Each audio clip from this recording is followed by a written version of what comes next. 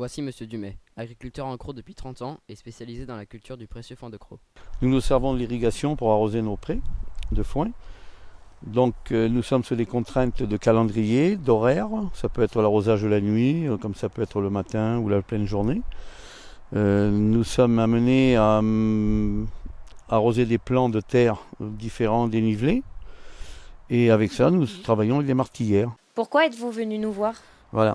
Nous sommes rapprochés de vous pour voir si vous auriez peut-être des solutions à apporter pour faire du semi-automatique ou du motorisé ou automatique. Les martilières, fermeture, ouverture. Et en quoi cela faciliterait votre travail? Il faut dire que les martilières, quand elles sont en profondeur, par exemple, 2 mètres de fond, la martilière, il faut exercer une force exceptionnelle, je dirais, physiquement très difficile, et surtout quand c'est en pleine nuit, c'est pas facile du tout de travailler avec ça.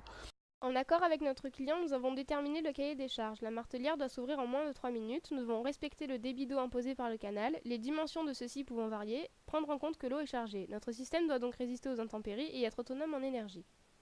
Le système actuel d'ouverture étant complexe, nous avons décidé d'étudier tous les mouvements possibles de la martelière.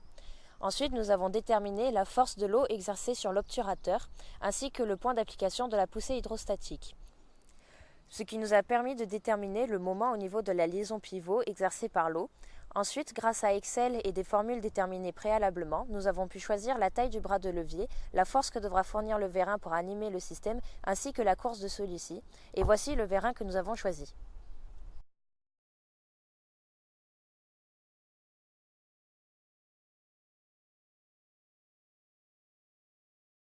Notre programme doit permettre à l'agriculteur l'ouverture et la fermeture des martelières à distance. Pour ce faire, il envoie un SMS à la carte SIM située dans la carte Linkit One sur la martelière mère.